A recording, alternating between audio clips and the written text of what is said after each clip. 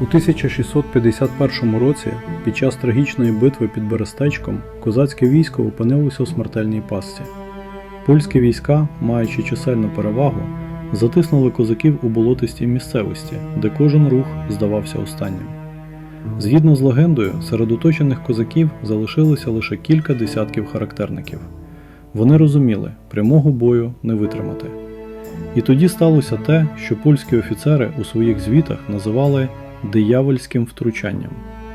Старі отамани, що володіли таємними знаннями, зібралися в центрі табору. Вони не взялися за шаблі, вони почали повільно співати, вводячи себе та оточуючих у стан глибокого трансу. За свідченнями тогочасних переказів, над болотом раптово піднявся густий, майже непроглядний туман. Це не був звичайний ранковий серпанок, він був настільки щільним, що вороги, які стояли всього за кілька метрів, перестали бачити один одного. Але найцікавіше почалося далі. Поляки згодом розповідали, що в цьому тумані вони чули не просто шепіт, вони чули грізний гул, ніби земля під ногами ожила. Їм здавалося, що з кожної купини болота на них виринають велетні, чиї очі світилися дивним світлом.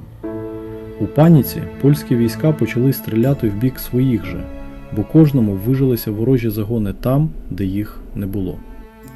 Завдяки цьому мороку козакам вдалося вивести значну частину війська з оточення. Коли туман розвіявся, на полі бою не залишилося нікого. Лише сліди коней, що зникали в глибоких хащах болота, ніби самі козаки розчинилися в самій землі. Ця історія – це не про магічні закляття, які змінюють закони фізики. Це історія про те, як характерники використовували страх як зброю.